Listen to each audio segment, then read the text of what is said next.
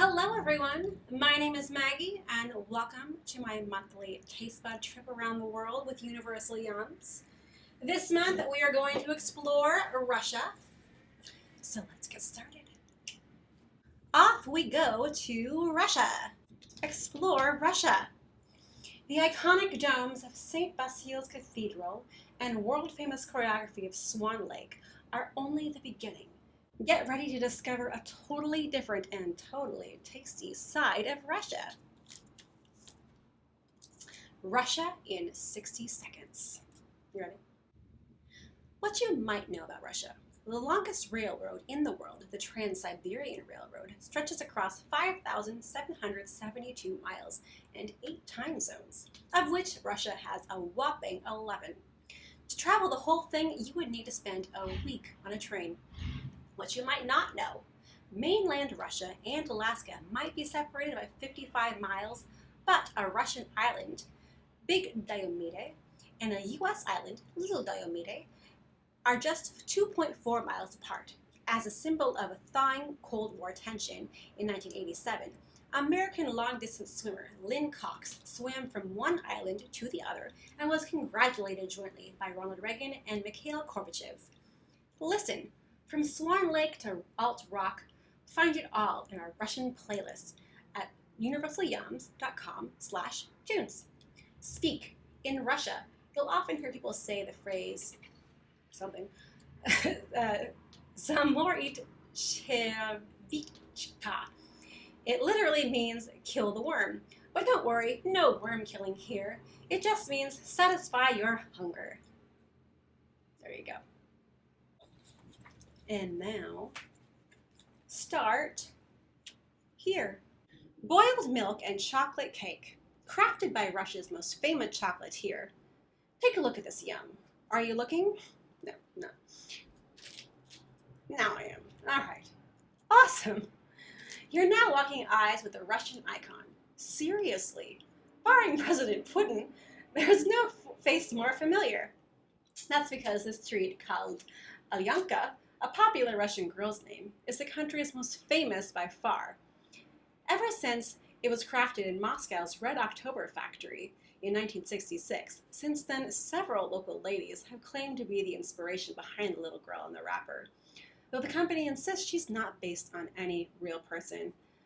Here, the famous chocolate, the exact same recipe as in 1966, coats a rich wafer cake filled with another local favorite, Sgushyanka. I so apologize to all the Russians out there. I am going to butcher all the words. A ridiculously creamy caramel made by boiling sweetened condensed milk. There's surely no better way to show Russia's sweet side, or to kick off your amazing Russian adventure, which will be filled with plenty more sweet and salty, savory, and seriously scrumptious surprises to come. All right, so let's get into it. Here's a little girl. It smells really good. It's like dark chocolate.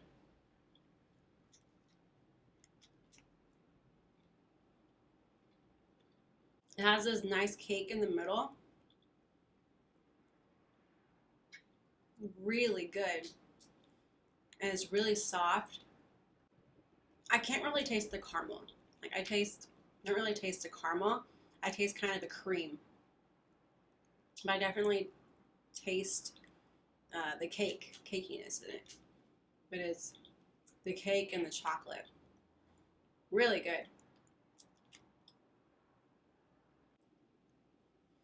I'm trying to think of what it reminds me of. It reminds me of something that we have here in the United States.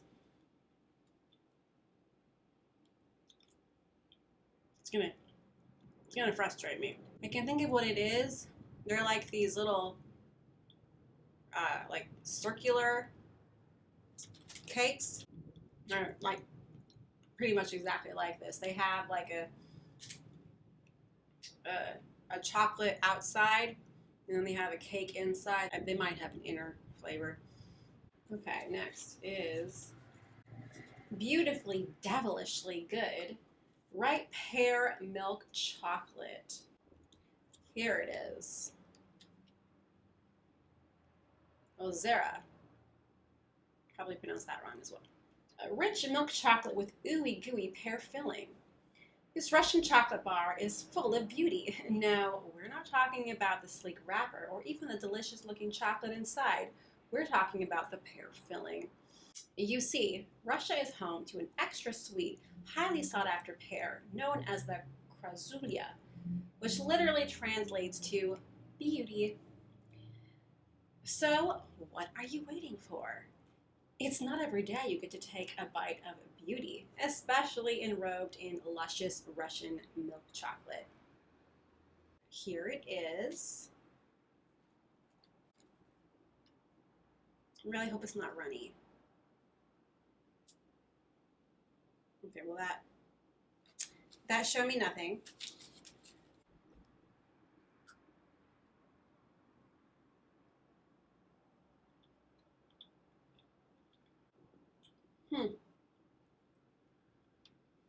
Well, you can definitely taste the milk chocolate. When I first tasted the pear, it didn't really taste like pear. It's a very different, if that is indeed like actual pear inside, it's a very different pear than what I'm used to.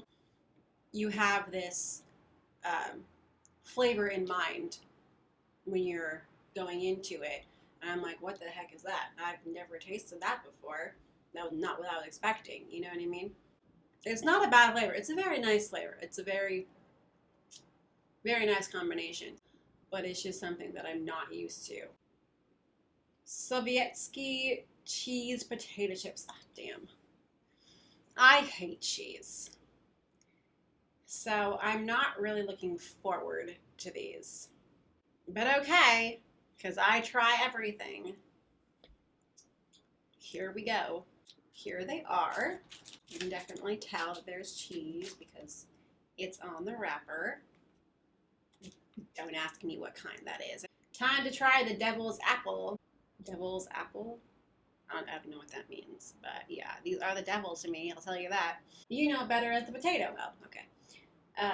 When potatoes were imported from America in the 1700s, Russians gave them this sinful name due to their abundance in the Bible. Their odd shape didn't help either. Little did they know, Tsar Nicholas I would order potato planting in the 1850s, paving the way for modern Russians to use them in practically everything. From potato dumplings to vodka to these crispy chips coated in Russia's slightly sweet and totally addicted Sovietsky cheese. So it's Sovietsky cheese. Okay. Whatever that tastes like.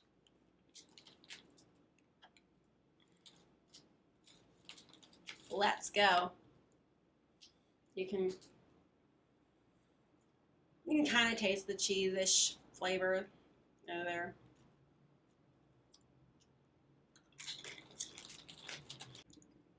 They're not that bad. You know, something I've noticed with going through all of these boxes, one thing, in Europe, cheese potato chips are extremely popular. I don't know why, but they are. And two, they don't really taste a whole lot like cheese. They kind of smell like them, but they have like the slightest flavor.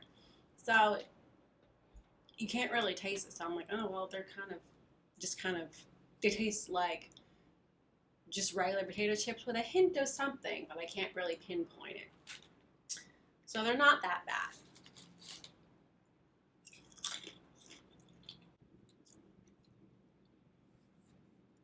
I mean, maybe if someone really tasted Sovietsky cheese, they'd be like, yes, bam, Sovietsky cheese all the way. Since I don't eat it, how the hell should I know? You know what I mean? So yeah, they're not bad. They're okay. Next. White chocolate and hazelnut cream wafers. Found them.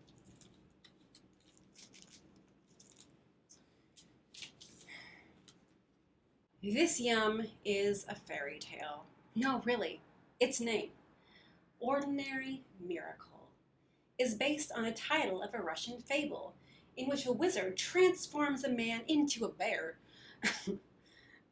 who then falls in love with a princess. Sounds more like an extraordinary miracle to us. But even that isn't as fantastic as the yum it inspired. Yes, we're saying that this crispy wafer filled with luscious hazelnut and white chocolate cream is even more incredible than a bear princess love story. Well, this is broken in half, but as you can see, there's that. It looks like there's like some sort of waving on top. Okay.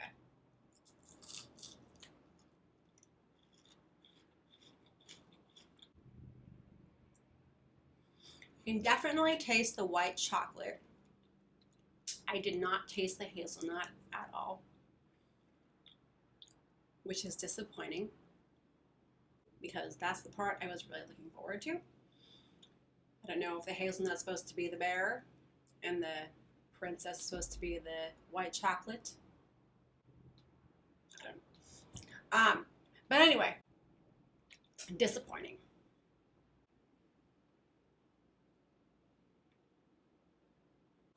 Exotic fruit jellies. Ripe mango, black currant, and strawberry pepper.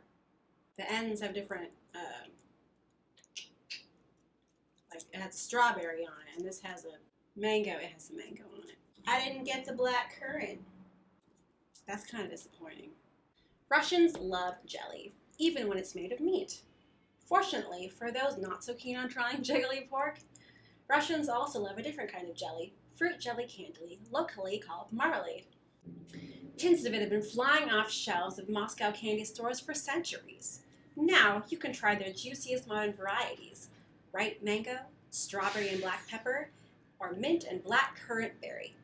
All right, so let's try some. Here we have the strawberry and black pepper. It smells like that fake strawberry smell. So it was very sweet when I was first tasting it, and like all the way down to after I swallowed it. It tasted like a fake strawberry and just sweetness. But after it went down, the aftertaste tasted like just the tiniest bit of real strawberry. I don't know why they said strawberry and black pepper. Tasted no black pepper at all. So I'm assuming these are more like artificial and not real. And this is the mango. This one actually smells more like real mango. That one tasted more like a mix of artificial and real flavor the entire time. Coconut and white chocolate hazelnut balls. Oh, these sound good. Here they are. A creamy, nutty luxury. Russia boasts the coldest inhabited town on Earth, so you may be a bit shocked to learn that parts of the country are, get this, subtropical. Take the city of Sochi, located on the Black Sea coast. It's nicknamed the Russian Riviera because of its 80-degree Fahrenheit summers, dolphins, and coconut-bearing palms. Consider this shredded coconut-coated, white chocolatey, whole hazelnut-filled ball your ticket to the Russian tropics. This looks good. It smells just like coconut. Oh, wow. It's falling apart. That was really good. Didn't really taste the hazelnut at all. Coconut overpowered things a lot. And then I kind of got the white chocolate, and I was like, but wait, where is the hazelnut? There was a second one where it was white chocolate and hazelnut, and I couldn't find the hazelnut. So Russia really needs to get it together with that white chocolate and hazelnut thing. Come on now. But I really liked how they did the coconut. If you're looking for the hazelnut there, if you're buying it for the hazelnut, don't expect any hazelnut flavor because you're not going to get it. No, no, no. So we have Bolete mushroom bread bites. Okay? Taste Russia's award-winning wild mushrooms. Mushroom croutons. As you're reading this, dozens of basket-toting Russians are scouring the forest floors of Siberia. Why are they doing this? Mushroom hunting, of course. It's Russia's most popular pastime. So much so that the most local 10-year-olds can easily distinguish edible varieties, like the prized Bolete, from poisonous ones, like the lethal dead cap. But there is one thing Russians love more than hunting for mushrooms: eating them. You can partake with these crunchy, twice-baked bread rusks, complete with Bolete mushroom seasoning. All you have to do is hunt for the bag. Well, I already found it. We have a very distinct smell. And you're probably all thinking, hello, it's a smell of mushrooms. But it also reminds me of another smell, is what I'm thinking. I would say they taste exactly like mushrooms. And they taste, I happen to love mushrooms. And so I think they did an amazing job on these. These are fabulous. So well done, Russia. Whoever makes these, I don't know. But mushroom croutons. Let's move on, shall we? Nuts and milk chocolate wafer. Russia's softest, nuttiest, cakiest wafer. Okay.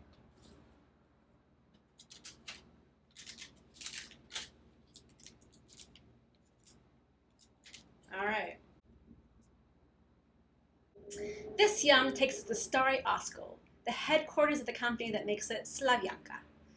When we asked their team which of their products they thought our customers would love most, they said without a shadow of a doubt it would be this one. We have to agree. After all, with layers of soft wafer-filled hazelnut cocoa cream, a sprinkle of crushed peanuts, and a melt-in-your-mouth chocolate glaze, what's not to love? But take a bite and decide for yourself. Was their prediction correct? Oh my goodness. So it's like almost 90 degrees in my room, and it's totally melted. It's really good. Peanuts will go really well with chocolate, as I'm sure many people know. You can definitely taste the peanuts. I've had so many different chocolate-covered wafers, and this one is different because it has the peanuts added, so I really like that. But you can still taste the hazelnut. It makes it even better, I think. Yeah, so you can still taste every single flavor that they've added, and none of the flavors overpower any of the other flavors. So well done. I really like it. Next is the orange marmalade and cinnamon Pryanik. This thing is big. It reminds me of those like Hostess fruit pies, you know, with like the cherry and the apple and stuff. I don't even know what's in this, but I mean, besides orange marmalade and cinnamon. That's what it reminds me of just looking at it. But anyway, let's read about it, shall we? This Russian gingerbread, Pryanik, takes us to the city of Tula, where making it is nothing short of the centuries-old art form. To make each one, a dough of honey, eggs, flour, cinnamon, and other spices is loaded onto an artfully carved wooden board, which imprints the dough with its unique stamp design. Next comes the filling, in this case, super sweet orange jam, then more dough, and finally the whole thing is flipped, coated in sugary syrup and baked. The result is a Russian tradition that's amazing to behold, but even more amazing to eat. I think I might have described this thing. Just saying, I think I did. They would hold me with that. Yeah, look at that. See, it looks so much like those Hostess things.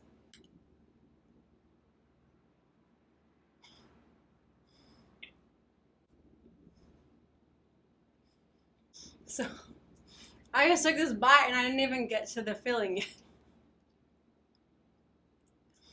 Let's try again, shall we?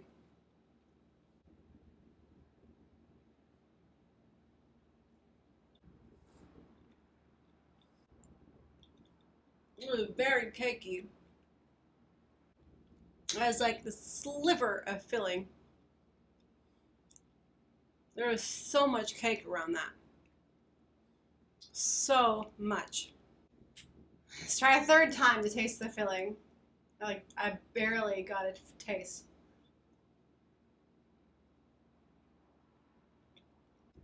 All right.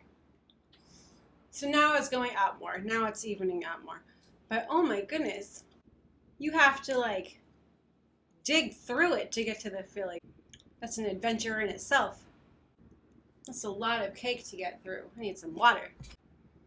After the third bite or so, once you finally get to the filling,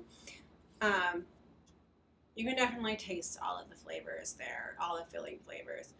They're all present, and they're all very good. But what you have to do to get to that filling is very frustrating.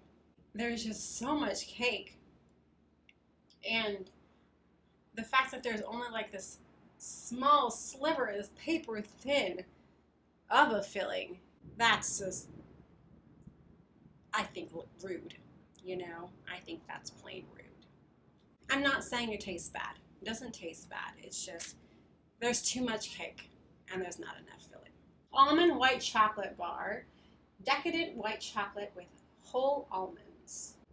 All right. So here is the other chocolate from Ozera.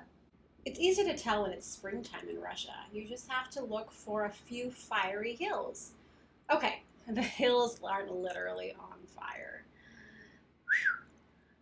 But they are covered in Prunus tenelal, Russia's famous fire hill almond trees, named for their branches covered top to bottom with vibrant red flowers. Take a bite of this decadent white chocolate bar filled with whole Russian almonds, and you'll taste for yourself why Russians are so excited to see their hills set aflame every spring. You can definitely smell that white chocolate. And on the back, you see those whole almonds.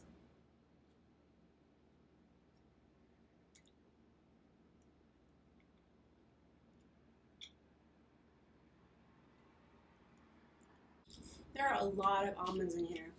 It's like covered head to toe with almonds. I almost feel like the almonds overpower the white chocolate, actually. Because you don't get a whole white chocolate flavor once you start chewing the almonds. When you're not chewing the almonds, you taste the white chocolate. But once you start the almonds, it's like, where did the white chocolate go?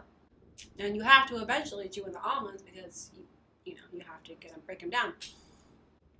Because there are just almonds all the way through here. I mean, look at that. That's covered in almonds. Which, I really like almonds. I'm not complaining about that. I'm just saying, there could be a little less if you happen to like white chocolate, because you feel like you're buying this for the white chocolate. You know what I mean? Opinions. Barbecue Kabob potato crisps. Fresh Russian barbecue flavor, no skewers needed. Ta-da! Now for some real fire from the grill. Each bite of these light and crunchy crisps is packed with the flavor of authentic Russian shashlik, a meat kebab that Russians have been cooking up for centuries of summers. Every family makes their own recipe, but they all typically include lamb marinated in a zesty blend of onion, vinegar, and spices, and sometimes a splash of vodka. Grab some crisps and get ready for a mouthful of Russian summer. Ooh, that is a strong smell. Okay, that definitely tastes like meat. Definitely. No, they're really interesting. I don't think I've had them every day. Not all of them have the same specific flavor. It's kind of like you're eating food at the grill. Like, some of them taste like lamb, and some of them taste a little different, like just other spices. I don't know if that was intentional. Probably not. I'm just guessing here. They all kind of take on just a very grill flavor. So it's interesting. I want to go to the grill, but I really just want to have a snack. Oh, well, may I interest you in a bag of barbecue kebab chips? Strawberry, caramel, and vanilla gummies. A medley of sweet and chewy Russian candies. A horse on them. Don't know if that's significant. Walk down the streets of Moscow on November 4th, and you'll be bombarded with traditionally dressed Russians cheering, laughing, and waving massive Russian flags. That's because it's Unity Day, a beloved holiday, celebrating when the Russian people all worked together to oust invaders in 1612. We think these candies will put you in the Unity Day spirit. Each is perfectly mouth-watering on its own, but try them together as the wrapper suggests, and you'll see how delicious Unity can really be. That is strong. That's some sugar there. I don't recommend doing that. Okay, so here is the chocolate. Maybe it's not chocolate, maybe it's just a brown thing. I think I can try them each separately.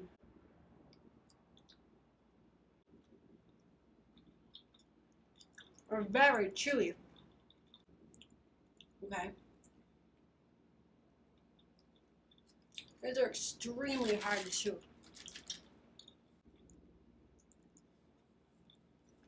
They kind of all have, I can't even describe, it's like very sweet, just artificial flavors that are kind of different. They don't really have a specific flavor. Okay, now we're gonna try, apparently it tastes like red cotton candy. Maybe like a strawberry, I don't know. Here we go. It was so hard to chew. It's not bad. It's not bad at all. If I'm giving any flavor to it at all, I would say a very slight hint to an artificial strawberry. But not really. Okay, so now we have these two together. That one was just sweet. They're not bad though. They're a little too sweet for my taste. It's a fun little thing to do though. I like the little task that you get to do. Last one, y'all. Last one. We're almost through. Okay, orange and vanilla biscuits. Light and crispy with a touch of fresh orange. World's sweet orange and vanilla. If it's Christmas time in Russia, expect lots and lots of oranges. You might be thinking, a zingy citrus fruit in the middle of winter? To that we say, yes. Oranges were a rare commodity during the Soviet era, and as a result, they became a super special treat reserved for the holidays. They were a stocking stuffer staple. Nowadays, you'll often find them in Christmas decorations, as well as in tons of holiday sweets, like this thin and crispy orange vanilla cookie. We'd love to find these in our stockings, wouldn't you? Why, yes, I would. You know, Christmas has always been a time where I get oranges, and you know those chocolate oranges that you like crack and it comes out into like a little blossom? So I'm just thinking, of course, oranges at Christmas. Yeah, obviously. They're little flowers. Okay, I smell the orange and the vanilla. Those are fabulous. These have a very slight hint of both vanilla and orange, and I love that about these. It's not overpowering. Neither one of the flavors is overpowering either, and I think it's just the right amount of flavor that it's giving off. I really like the thinness of it. I happen to really like thin cookies. So, all right. Well, thank you for joining me on my taste bud trip around Russia. Signing off.